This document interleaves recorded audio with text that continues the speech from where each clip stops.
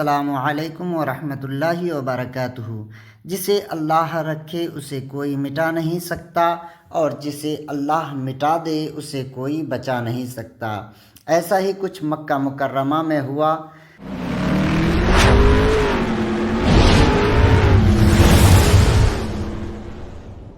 ابرہہ یمن کا حکمران تھا۔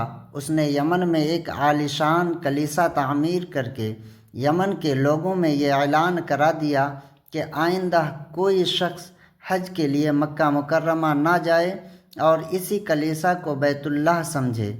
اس اعلان سے عرب کے لوگوں میں غم و غصے کی لہر دوڑ گئی۔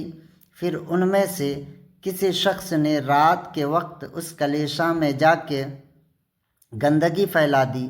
ابرہہ کو جب یہ معلوم ہوا تو اس نے ایک بڑا لشکر تیار کر کے مکہ مکرمہ کا رخ کیا۔ راستے میں عرب کے کئی قبیلوں نے اسے روکنے کی کوشش کی، لیکن ابرہہ کے لشکر کے ہاتھوں انہیں شکست ہوئی۔ آخر کار یہ لشکر مکہ مکرمہ کے قریب ایک جگہ پہنچ گیا۔ اگلی صبح جب اس نے بیت اللہ کی طرف بڑھنا چاہا تو اس کے ہاتھی نے آگے بڑھنے سے انکار کر دیا۔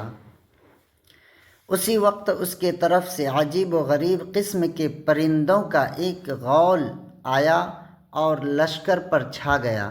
ہر پرندے کی چونچ میں 3 کنکر تھے جو انہوں نے لشکر کے لوگوں پر برسانے شروع کر دیے۔ ان کنکروں نے لشکر کے لوگوں کے جسموں کو چیر کر رکھ دیا۔ یہ عذاب دیکھ کر سارے ہاتھی بھاگ کھڑے ہوئے۔ لشکر کے سپاہیوں میں سے کچھ وہیں ہلاک ہو گئے اور کچھ جو بھاگ نکلے وہ راستے میں مر گئے۔ ابرہہ کے جسم میں ایسا زہر سرایت کر گیا کہ اس کا ایک ایک جوڑ گل سڑ کر گرنے لگا۔ اسی حالت میں اسے یمن لایا گیا۔ وہاں اس کے سارے بدن سے خون بہہ بہہ کر ختم ہو گیا۔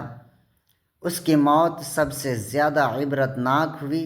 اس کے 2 ہاتھی بان مکہ مکرمہ میں رہ گئے جو اپاہج اور اندھے ہو گئے۔ اسی طرح اللہ پاک نے اپنے گھر کی حفاظت فرمائی اور طاقت پر غرور کرنے والوں کو سزا کا مزہ چکھایا۔ قرآن پاک کی سورہ فیل میں اللہ تبارک و تعالی نے اس واقعے کو یوں بیان فرمایا، کیا تو نے نہ دیکھا کہ تیرے رب نے ہاتھی والوں کے ساتھ کیا کیا کیا؟ کیا ان کے مکر کو بیکار نہیں کر دیا اور ان پر پرندوں کے جھنڈ بھیج دیے جو انہیں مٹی اور پتھر کی کنکریاں مار رہے تھے، پس انہیں کھائے ہوئے بھوسے کی طرح کر دیا۔ یہ قرآن کریم کی سورہ فیل کی 5 آیت کی تفسیر ہے۔ تو اللہ تبارک و تعالی جس کی حفاظت کرنا چاہے اسے کوئی مٹا نہیں سکتا، اور جس کو مٹانا چاہے اسے کوئی بچا نہیں سکتا۔ تو ڈرو اس اللہ تبارک و تعالی سے جس کے قبضے میں کل کائنات ہے، وہ جو چاہے وہ کر سکتا ہے۔